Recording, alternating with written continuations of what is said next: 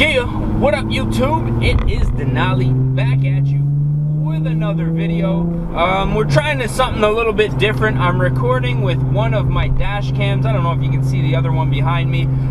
Just to get kind of a wide angle lens thing happening. So let me know if you guys would like this or with my Canon just regular lens. But today I wanted to make a video on some of the things that I really like about my G35. Now I've been noticing kind of a trend lately where people make videos things that they like about their cars and stuff like that, which I did with the Altima in the past. So I figured I'd just go over some of the things that I really like about the G35 since I've had it for about 3 months now. You know, there's some things that I really like about it, some things that I hate about it, but the hate things will be coming in a later video. You know, let's just get it started first and foremost with the exterior. Now, as much as I love the exterior of my Altima, which I really did like it a little bit more than the G35, the G35 exterior is really starting to grow on me, specifically the sedan.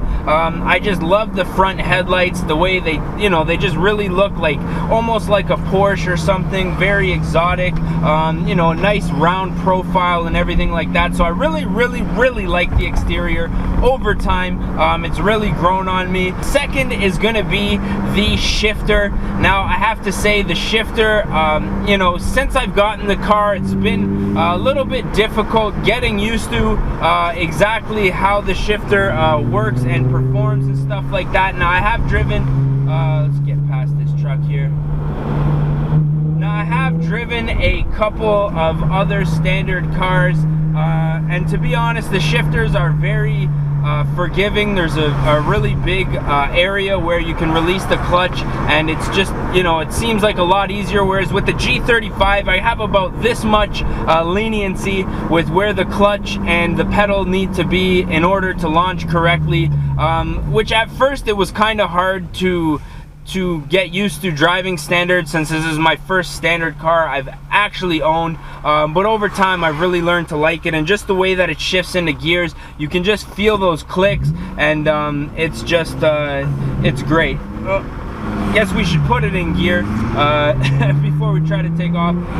So yeah, the shifter, I really love the shifter. Next up, I have to say the interior materials, nothing specifically, just the things that are used, like on the steering wheel, on the door panels, on the dashboard. Everything is either a nice supple leather or a nice rubber, not too much plastic, a few plastic trim pieces around the clock and stuff like that, but you know, that's to be expected. But everything else really nice. The build quality is great.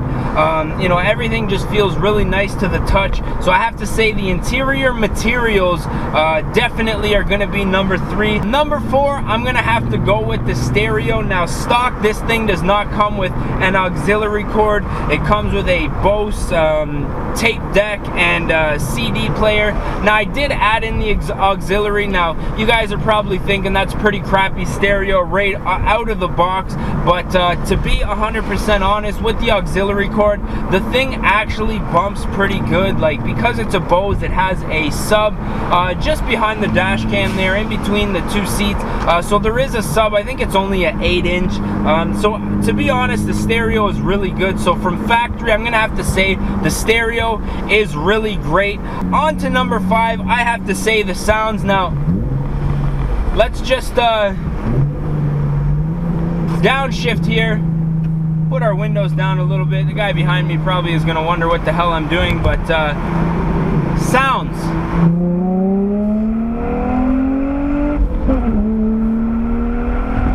A little bit of slick there going into 3rd gear, but the sound of this engine, absolutely amazing, man. Any VQ is gonna sound spectacular with an intake and exhaust on it.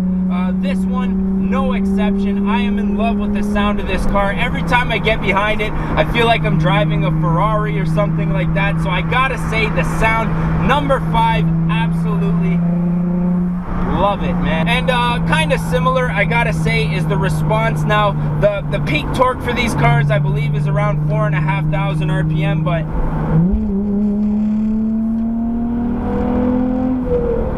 when you get in the right gear, the response is fantastic, man.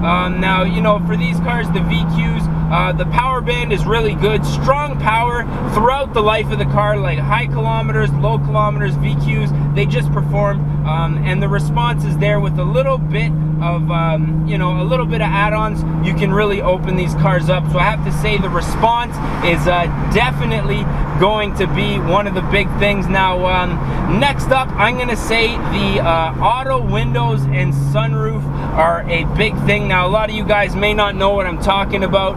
Let me just get this into the low position here, but with the touch of a button, the sunroof opens automatically.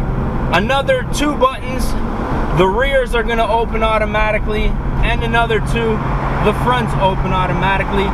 And they also do the same in reverse, which is great.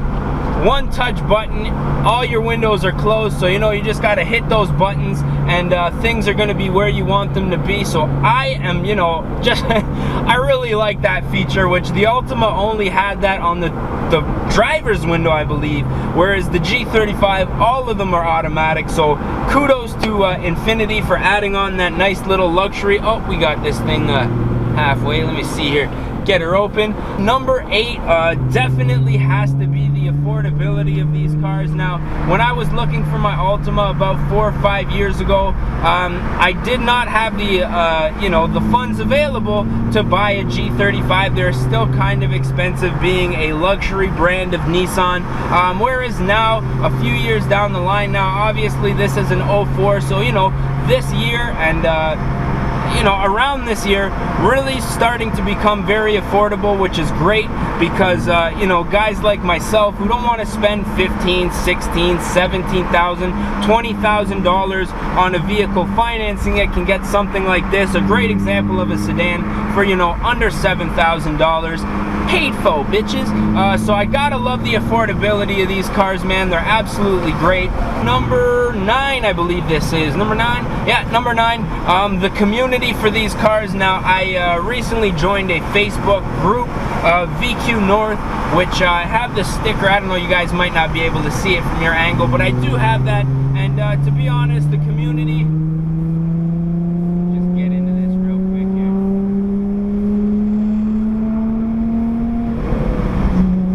The community for these cars, you know, you have any questions, any issues with these cars, you go on this Facebook page. Now, there's many Facebook pages, lots of forums and stuff like that. If you have a question or something like that, chances are you're going to get it answered just because there's such a large community for these cars, and people have been through a lot with these cars already as far as, you know, modding and stuff like that goes. I'm just getting hot trying to work out what is best for filming here for the sound and everything like that.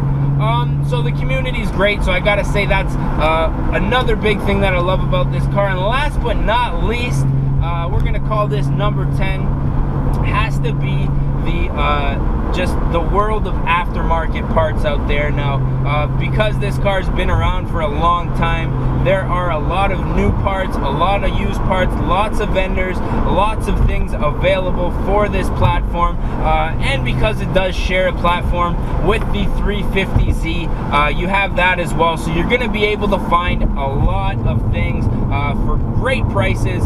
And you know, like I say, with the affordability aspect, because things are getting a little bit older now, so you're going to be able to find some used parts, just a wide variety of parts, like with any car. But I just have to say, because this is a, you know, a performance tuned vehicle and a performance community, lots of aftermarket parts available for this thing. So I think we covered pretty well all 10. It is raining, so I think I may go ahead and do a little bit of drifting when I get off the highway. If you guys want to see a drift video, let me know down in the comments section. So hopefully this video turned out pretty good. Like I say, first time doing a vlog or blog with this camera. Yeah, I just wanted to put that out there. 10 things that I love about my G35, or 10 things that I wouldn't change about my G35. I'm not sure what we're gonna label this one just yet. So I hope you guys did enjoy it. Don't forget to smash that like button. That's about it, man. So with that being said, we are gonna catch y'all at the next one, man.